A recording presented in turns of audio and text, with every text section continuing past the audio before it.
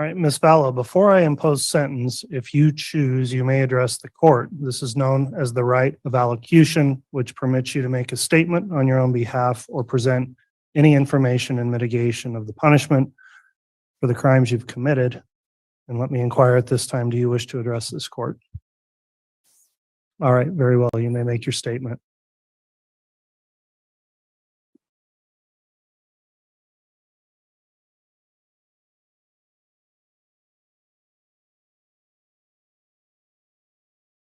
I would like to start by quoting John from the New Testament in the Bible.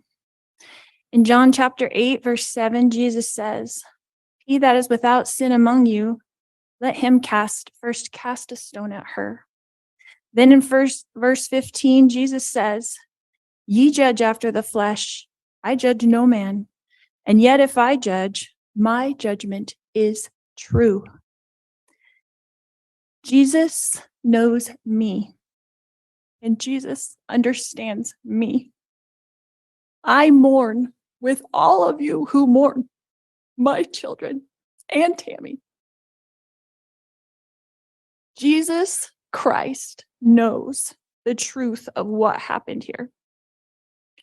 Jesus Christ knows that no one was murdered in this case. Accidental deaths happen. Suicides happen. Fatal side effects from medications happen. I have a different perspective in life because in 2002, when I was pregnant with Tylee, I died in the hospital while in labor with her. They tried to stop my labor. They put me on the table and they put something in my IV, and I felt my spirit falling to the floor.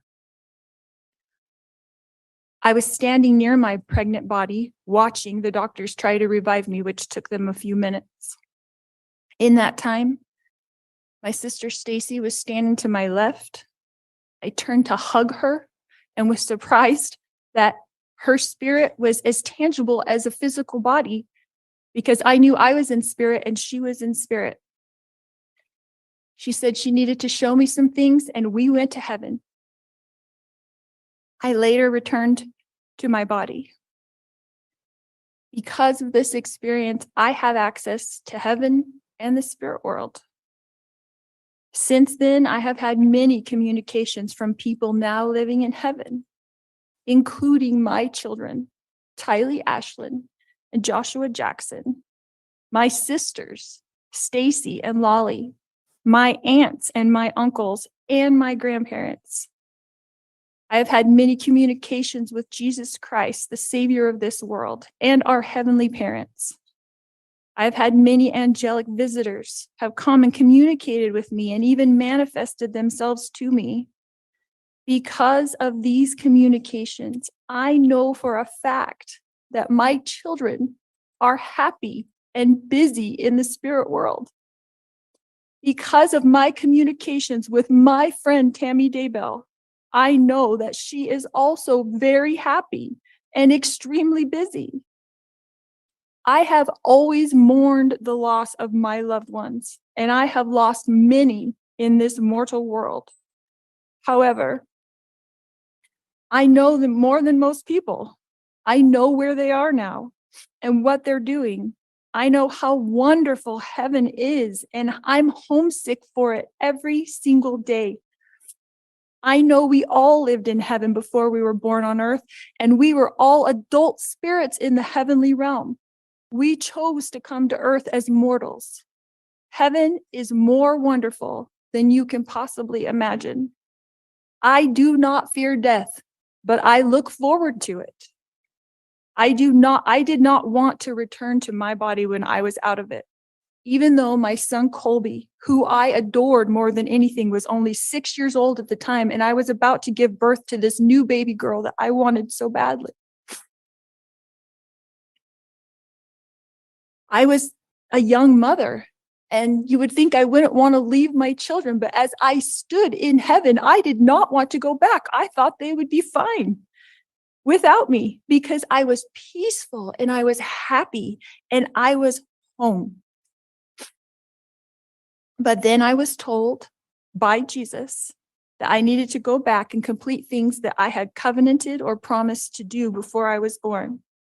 This caused me a lot of distress because I knew heaven was my real home, and I only wanted to be there.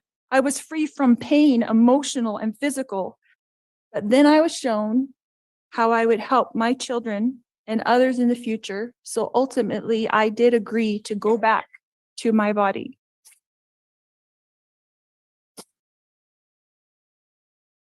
Kylie has visited me. She is happy and very busy. Kylie is free now from all the pains of her life.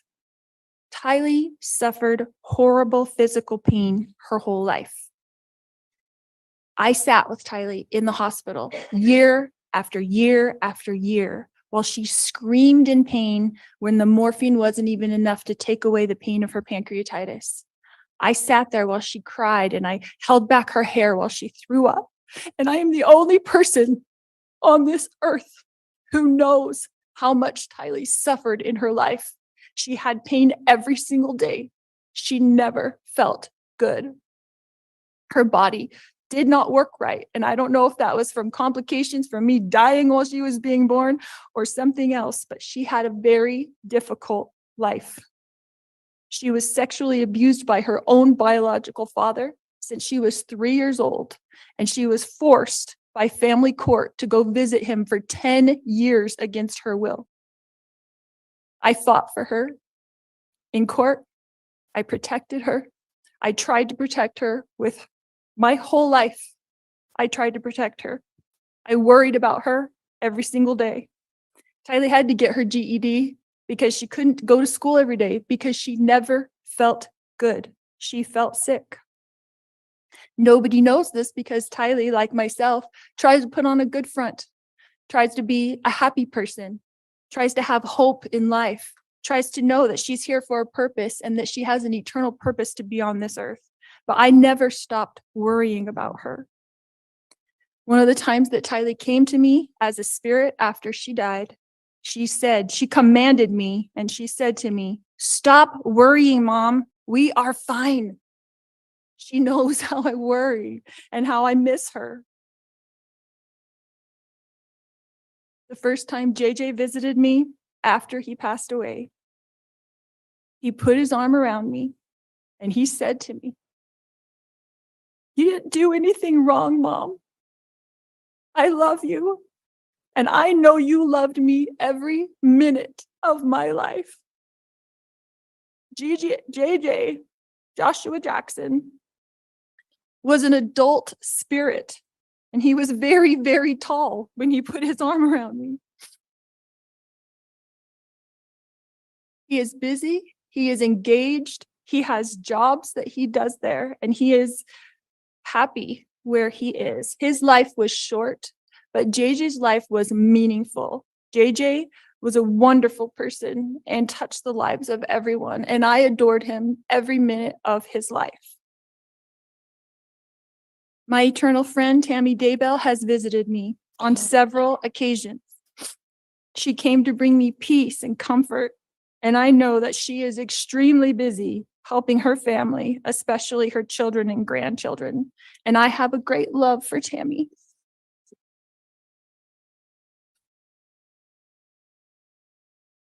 My beautiful children, Tylee Ashlyn and Joshua Jackson, rest safely this day in the arms of Jesus. My wonderful friend, Tammy Daybell, rests safely this day in the arms of Jesus. And I look forward to the day when we are all reunited and I too will rest with them in the arms of my Jesus. All right, Ms. Vallow, thank you for your comments to the court. Let me ask you at this time, Ms. Vallow, are you fully satisfied with the representation you've received from your attorneys throughout this case? Yes. Thank you.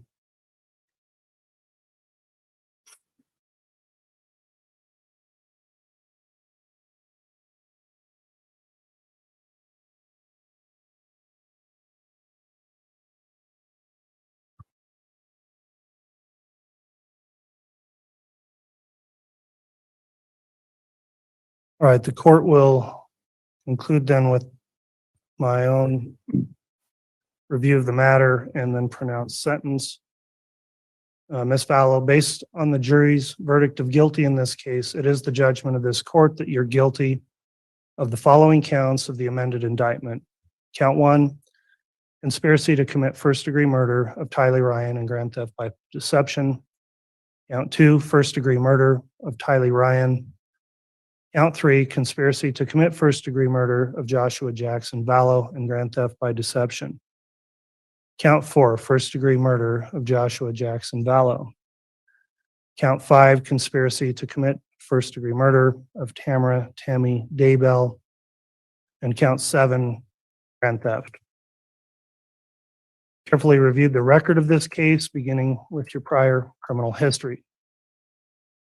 Very notably, you're 50 years old. These are the first criminal convictions ever had. I will note, however, in addition to these convictions, I have 2 additional conspiracy to commit first-degree murder cases pending in Arizona. And it's somewhat incredible in this case that saying you've gone from no criminal history in your life, now having been convicted of 2 counts of first-degree murder, 3 counts of conspiracy to commit first-degree murder, and you continue to face more additional counts of conspiracy to commit first-degree murder in another state.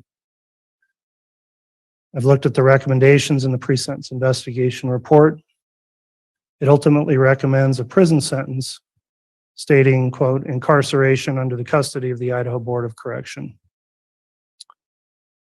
Normally, the court would have some additional information to rely on in fashioning its sentence, including the benefit of recommendations based on a gain evaluation, substance abuse report, mental health review, other reports. However, you elected not to cooperate with the pre-sentence investigation. As I would note on page 23 of the pre-sentence investigation report, it states, quote, Lori Vallow Daybell intends to remain silent during the pre-sentence investigation process. She has the packet, but does not intend to answer any questions of evaluators or investigators. Quote, no attempts were made to complete the court-ordered screenings due to her refusal. I'm advising you that that was your choice to not cooperate in the pre-sentence investigation, but it left me without some additional information that potentially could have been mitigating in your case. And as I proceed with the sentencing, I'll note those deficiencies in the information I normally would have in a pre-sentence investigation report. As has been mentioned by both sides here, the court has to consider certain sentencing objectives when I sentence somebody, and these are set out in cases including State versus Hill, which is a Court of Appeals case 103 Idaho 565, and it's been adopted by our Supreme Court as well. And I have to consider for main objectives, number 1, the protection of society, which is the primary objective. 2, deterrence of the individual and public generally. 3, possibility of rehabilitation. And 4, punishment or retribution for wrongdoing. That case states, moreover, it's clear as a matter of policy in Idaho, the primary consideration is the good order and protection of society. All other factors must be subservient to that end. I've also reviewed and considered the criteria set forth in an Idaho statute 1925-21 on the question of whether or not you should be confined to prison and to what extent. That statute sets out a variety of factors I have to consider in weighing whether a long prison term here would be appropriate. Some of the attorneys cited already to some of the provisions of that statute, and again, it talks about the primary consideration of the protection of society, and also talks about the impact on the victim, the possibility of risk reduction through rehabilitation, and deterrence are also to be considered. There are some factors laid out in that statute that are not necessarily controlling, but weigh in favor against either imprisonment, or in this case where imprisonment's required, an extensive imprisonment term. Some of those factors under Part 2 of this statute is the defendant's criminal conduct neither caused nor threatened harm, which is clearly not the case here. that the defendant did not contemplate the conduct would cause or threaten harm. Again, that would not apply here. The defendant's criminogenic needs indicate the defendant will benefit from supervision and treatment in the community. That's unavailable, as community treatment can't occur with a minimum prison sentence required here. Another factor, were there substantial grounds tending to excuse or justify the defendant's criminal conduct, though failing to establish a defense? I don't find those apply given the facts of this case. Other factors, the victim of the defendant's criminal conduct induced or facilitated the commission of the crime. That did not occur here. Another part talks about compensation, which I don't find would be appropriate here other than on the grand theft charge.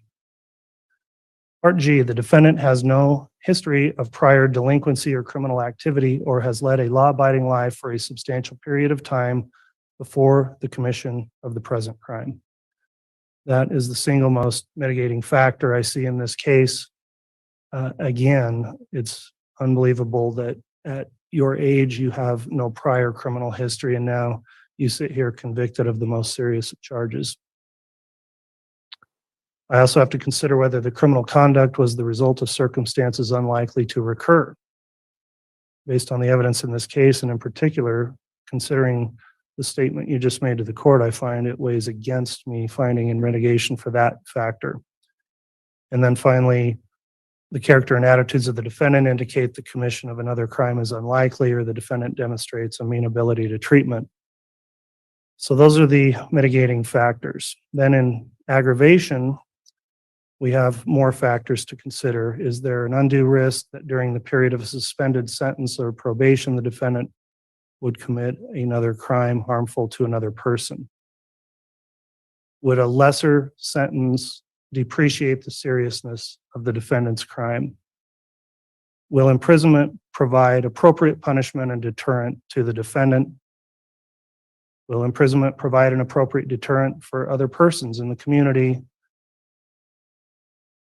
And a factor that would not apply here is the defendant a multiple offender or professional criminal. I don't have an LSI score, which is one value I can look at to help determine whether or not you'd be likely to reoffend. I don't have that because you wouldn't cooperate with the report. So considering here that you've lived a law-abiding life and for a long time, you were obviously a good mother, sister, daughter, and friend to many people. I have to take that into account.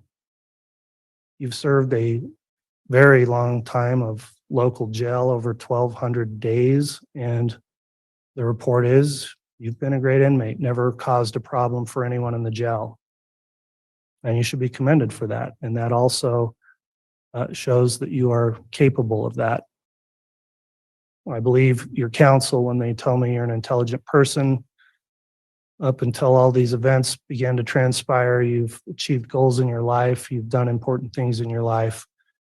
And I'd note that despite some of the comments here today, I have found that during my interactions with you throughout this long case, including your trial, you've been respectful of the court.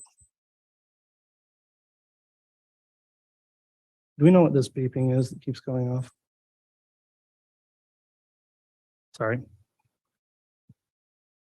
All right, the court will next consider, and I think it must be considered in mitigation, that you do have mental health issues. I've dealt with those throughout the context of this case where there were commitment proceedings. I've reviewed those reports and have that personal information from having gone through the determinations of whether or not you were competent or fit to stand trial. The most current diagnosis the court has is from Dr. Watson, and from February of this year states you suffer from, and I'll quote, delusional disorder, mixed type with bizarre content and hyper-religiosity, continuous and unspecified personality disorder with histrionic and narcissistic features. So obviously a very complex diagnosis that's been made here. Whether or not that can or how it would be treated, I think by all accounts is unknown at this time.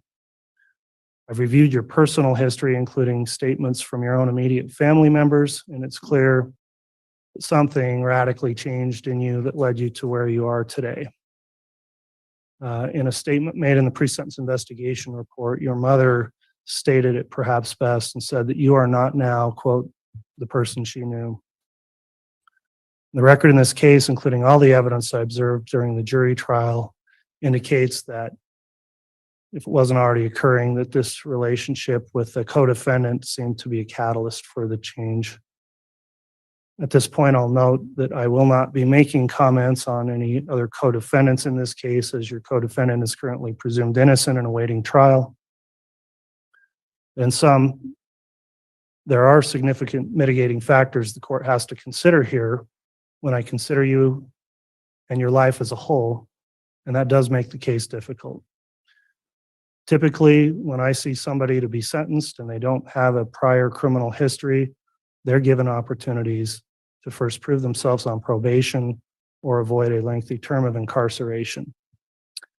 However, of course, some crimes are so serious that even with mitigation, there is no other reasonable option except for a prison term and a long prison term.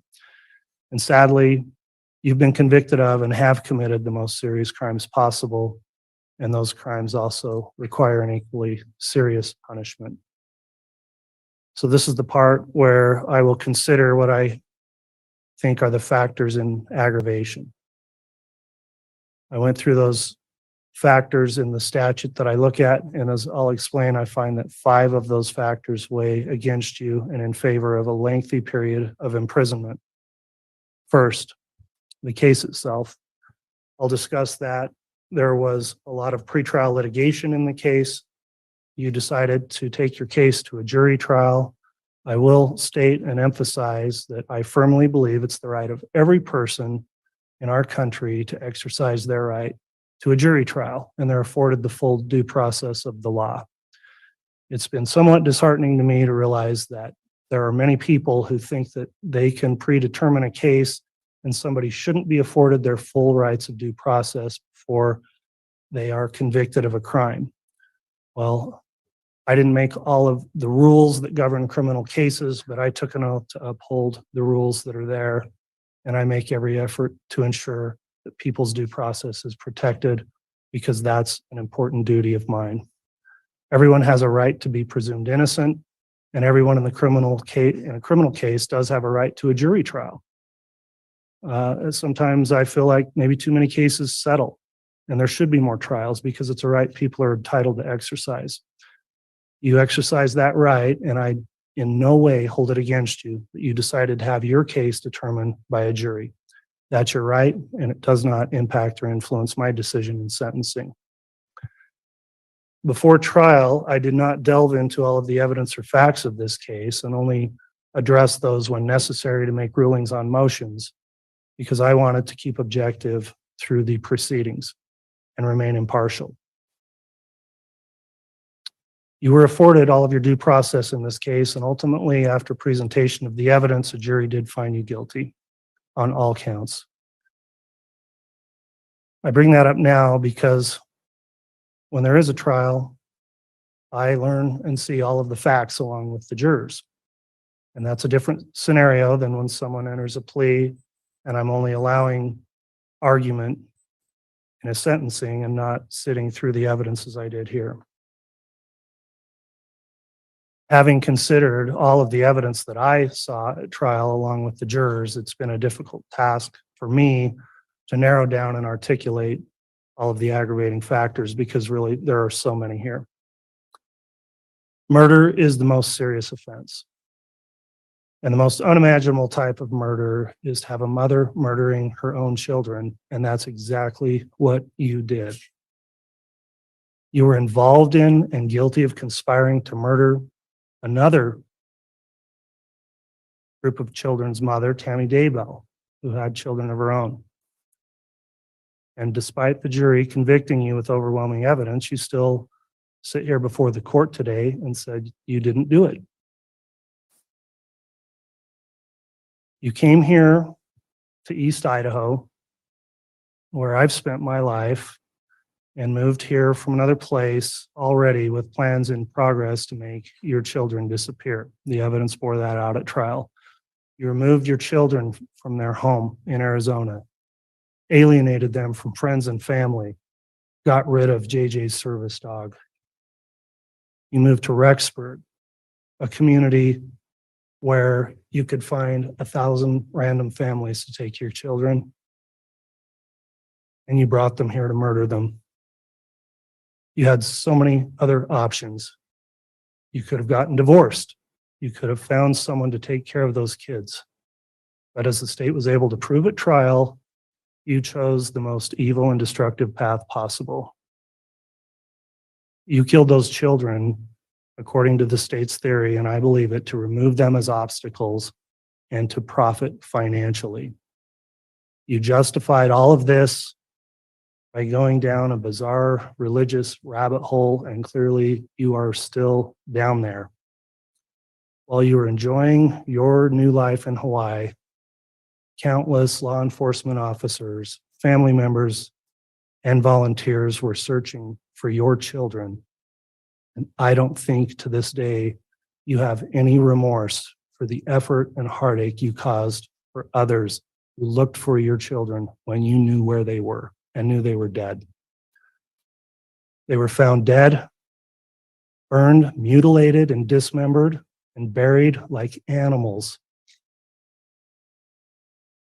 After you knew they were dead, you collected public funded assistance payments meant for them, and that was blood money you kept for yourself. And that's the grand theft charge you've been convicted of. Your sister, your son talked to you, begged with you while you were in the jail during phone calls I heard at trial.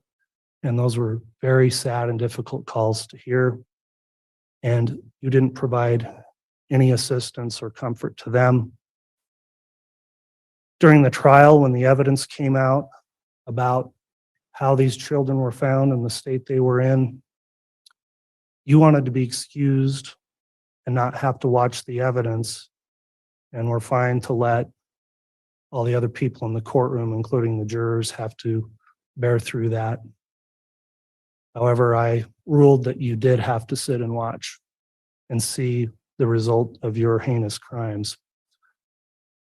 The jurors in your case fulfilled their duty admirably. All 18 jurors we had, because we had alternates, went through the entire trial and faithfully fulfilled all their obligations and all the instructions. So we were able to get impartial jurors who weren't already tainted by pretrial publicity to decide your case. And I do thank the jurors publicly for the service they rendered. Those jurors, I noted during the trial, were very good at keeping their emotions in check and keeping stone-faced, as they're supposed to do, and be objective until the case is done and submitted.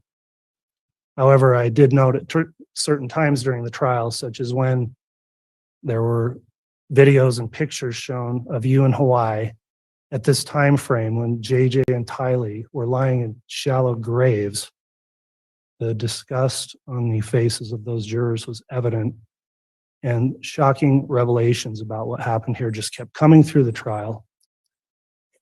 The crime scene was a horrific thing to have to review, and there's images that I will never get out of my mind, and I'm just looking at the pictures. Law enforcement officers who had to deal with the aftermath of what you did, I'm sure were traumatized, and I know it was traumatic as well for the jurors who had to sit through and see the photographs of these dead and mutilated and buried children.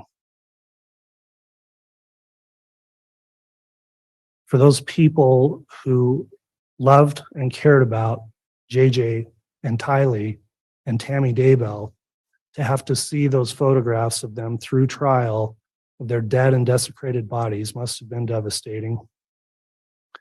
Tammy Daybell was murdered as a result of your conspiracy.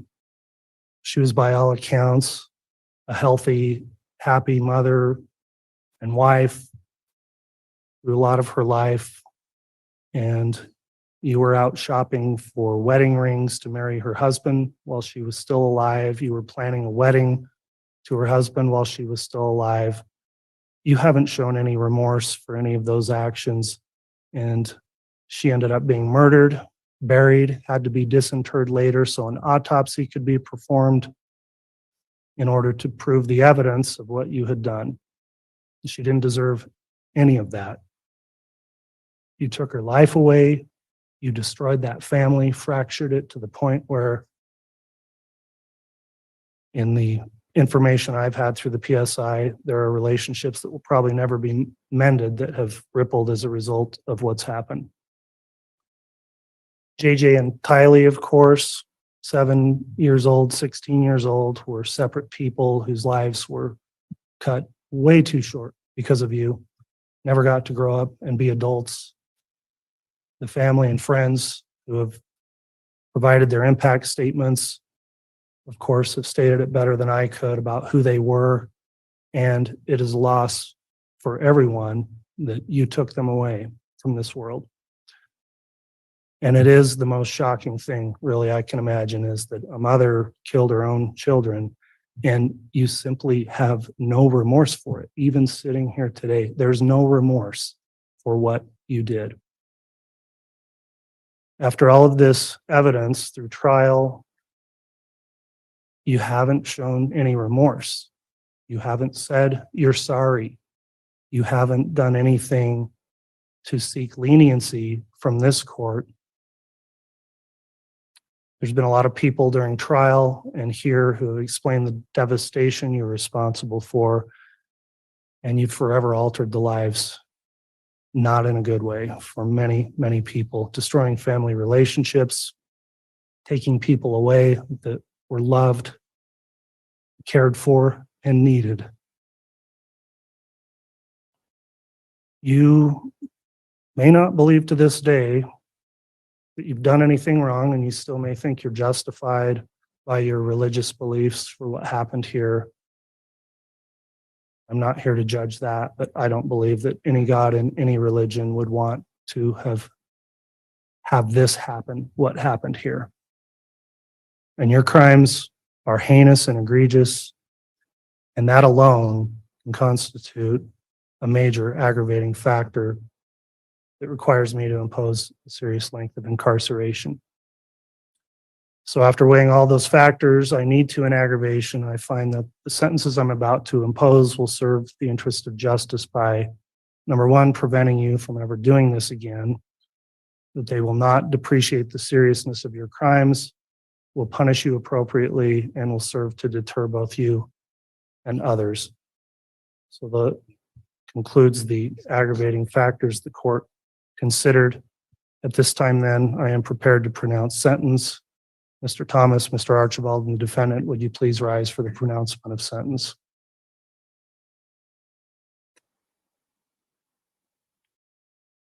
Based on all the relevant circumstances, including the evidence and recommendations presented in court today, it's the judgment of this court. Ms. Vallow, you'll be sentenced as follows. I'll first note I'm going to take up the counts out of order as I want to address the substantive murder sentences first. So on count 2, the charge you were convicted of, the first-degree murder of Tylee Ryan, you are sentenced to the custody of the State Board of Corrections to serve the maximum allowed sentence of fixed determinate term of life imprisonment with no possibility of parole. On count 4, the charge of the first-degree murder of Joshua Jackson Vallow, you are sentenced to the custody of the State Board of Corrections to serve the maximum allowed sentence, a fixed determinate life imprisonment sentence with no possibility of parole. I'll next address the 3 conspiracy counts you've been convicted of. Note under Idaho Code 18-1701, the punishment for those crimes is the same as the underlying offenses you combined to commit. The offenses you combined to commit was first-degree murder, so those may be punishable also by imprisonment for life.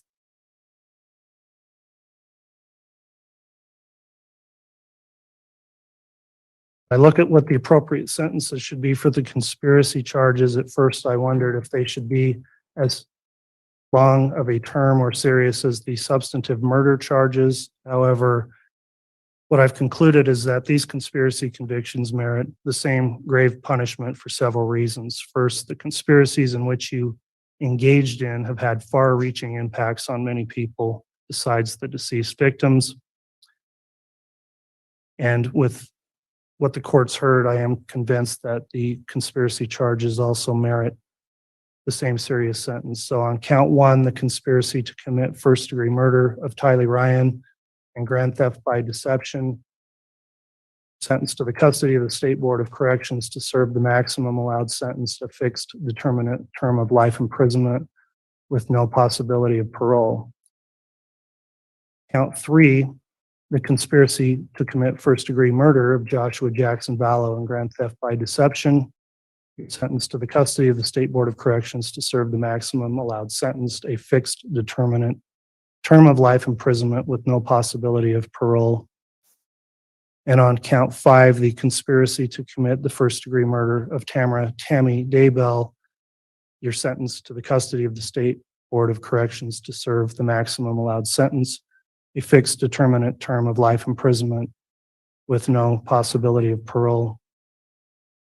Finally, the court will address count seven, which is the charge of grand theft. On that charge, court is going to sentence you to a fixed determinate term of 5 years of prison, followed by an indeterminate term of 5 years of prison for a total 10-year term of imprisonment on the grand theft. Court will next consider whether sentences should be imposed consecutively or concurrently. I generally don't, I'm a pragmatic person, and I've struggled with the point of a consecutive sentence when in Idaho, a life sentence is just that, a life sentence without parole. And I've thought it through. However, when I looked at this case and the more I thought about it, I've determined that because there are three separate murders with three separate victims that occurred at three separate times, then running counts concurrently would not serve the interests of justice, because those crimes all need to be taken into account separately and distinctly and individually. And you need to be held accountable separately for each of the three murders. So on those counts, the court will run consecutively the count two murder of Tylee Ryan, consecutive to count four, the murder of Joshua Jackson Vallow, and count five will run consecutive to count 2 and 4, the conspiracy to commit first-degree murder of Tammy Daybell. So 3 consecutive life terms of prison. The remaining counts will be concurrent to the counts that are consecutive. The court will impose fines as requested by the state in the amount of $25,000 for all counts except the grand theft. On the grand theft, the fine will be in the amount of $1,000. The court will assess the civil penalty that was requested, and I find it's appropriate under Idaho Code 195307 of $5,000 per victim on each of the 3 victims as a civil penalty. And then finally, the restitution, which was requested by the state. Mr. Wood, if you could reiterate that number, 22,000, of what the restitution term is. And I want to inquire if there's any other restitution being sought by the state. Thank you, Your Honor. I believe I said 22,545. And the state would ask for an additional 30 days to submit any further restitution for the victims, living victims who have been deemed as such by this court. The court will assess that restitution on the grand theft charge of $22,545 as shown through the evidence at trial. And the court will allow 30 days for additional restitution requests, but that will be waived if it's not submitted timely.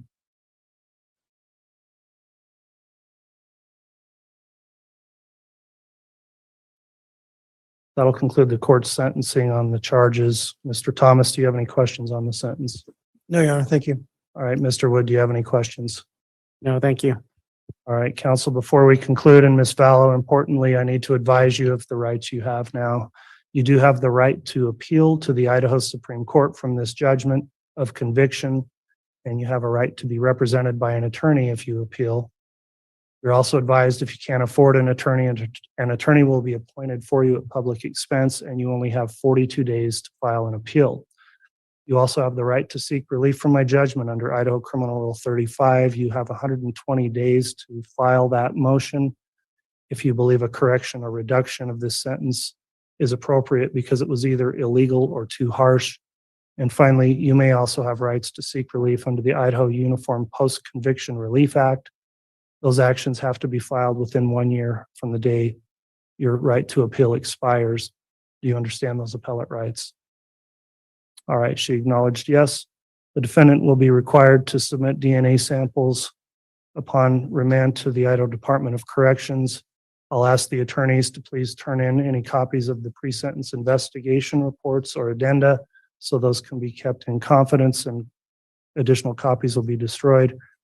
And Ms. Vallow Daybell, you are hereby remanded to the custody of the Sheriff of Fremont County to be delivered to the proper authorities of the Idaho Department of Corrections for execution of this sentence. Thank you, ladies and gentlemen. That'll conclude our sentencing hearing.